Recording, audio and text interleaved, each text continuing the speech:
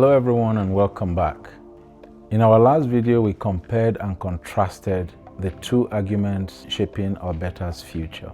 While both Alberta Prosperity Projects and the Forever Canadians arguments were strong, both left critical questions unanswered. Questions that extend beyond economics and politics into treaty obligations, constitutional law, identity, and daily lives of Albertans. Today's video focuses on those unanswered questions because before Albertans can make any informed decision about their future, they deserve clarity, not assumptions. First off, any serious discussion about Alberta's future must begin with the people who were here first. Much of Alberta is on land governed by Treaty 6, 7, and 8. Agreements signed between the Indigenous nations and the Crown, not the province of Alberta. What role would the First Nation, Métis, and Inuit people play in any separation process? Would Indigenous nations have the right to remain within Canada, even if Alberta attempts to leave? How would treaty obligations be protected and enforced or renegotiated? Would Indigenous consent be required? And if so, how would it be obtained? These are not peripheral concerns. They are fundamental to any legitimate discussions of Alberta's future. After Indigenous rights, the next unavoidable question is based on constitutional law. The Supreme Court of Canada, in its 1998 secession reference, ruled that no province can unilaterally secede from Canada, and that a separation will require a clear referendum question, a clear majority results, lengthy negotiations involving the federal government, provinces, and Indigenous people. What qualifies as a clear majority? How long would negotiations realistically take? Years or decades? What happens during that extended period of uncertainty? And what if negotiations fail? Supporters of separation rarely explain the full length and complexity of this process, while Forever Canadians often avoid addressing what happens if a significant portion of Albertans continue to demand for change. Another unanswered question is one of identity and belonging. Who counts as Albertans? Are Albertans only Canadian citizens? What about permanent residents, international students, temporary workers, refugees, and others who live, work, and pay taxes in Alberta? Who gets a voice in shaping Alberta's future? Neither side clearly defines who belongs and who decides. Now, closely tied to the question of identity is the question of citizenship. Would the Canadian citizens residing in Alberta automatically become citizens of the new Alberta state? Will dual citizenship be permitted? What happens to permanent residents whose status were issued by the federal government? How would visas, work permits, and family reunifications work?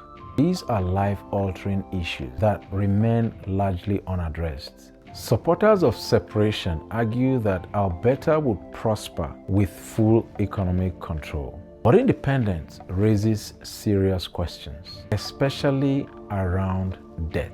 What happens to student loans, mortgages, and lines of credit? What happens to business loans held with Canadian banks?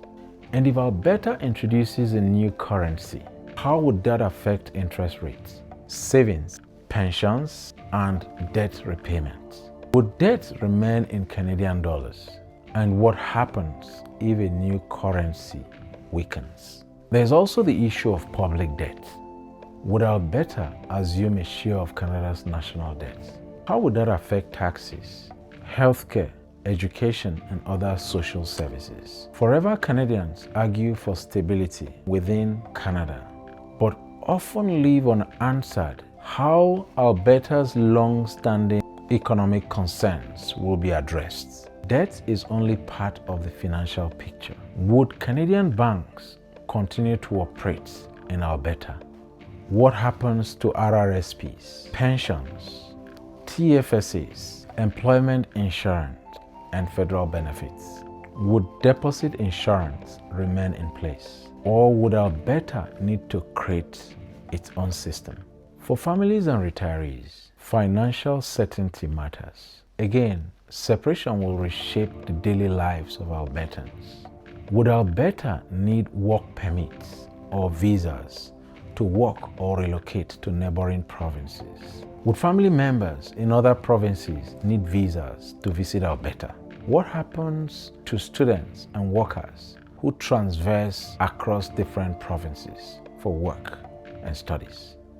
These are deeply personal questions, not abstract policy debates. Again, as a landlocked province, Alberta relies on external trade corridors. How would Alberta guarantee access to waterways and ports? Would tariffs, transit fees, or border inspections increase costs? How would trade disputes be resolved? Remaining in Canada ensures internal trade access, but critics argue that access alone does not resolve systemic frustrations. Some advocates in favor of separation raise the possibility of closer integration with the United States, or even Alberta becoming the 51st state in the US. This raises profound concerns. Would Alberta be expected to adopt US gun laws? What will happen to public health care?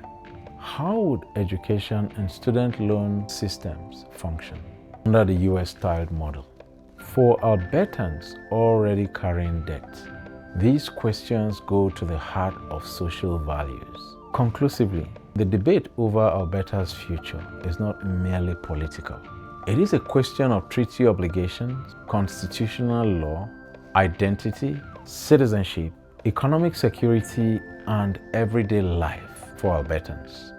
Both the Alberta Prosperity Project and the Forever Canadians made very strong arguments, but left very fundamental questions unanswered. Until those questions are addressed honestly and transparently, Albertans are being asked to consider a future without the full picture. And this is why these questions matter, because the future of Alberta deserves answers before choices are made. Now, let us know what you think about some of these unanswered questions in the comment below. Please do not fail to like, subscribe, and share the content of this video. I'll see you in the next video, and thanks for watching.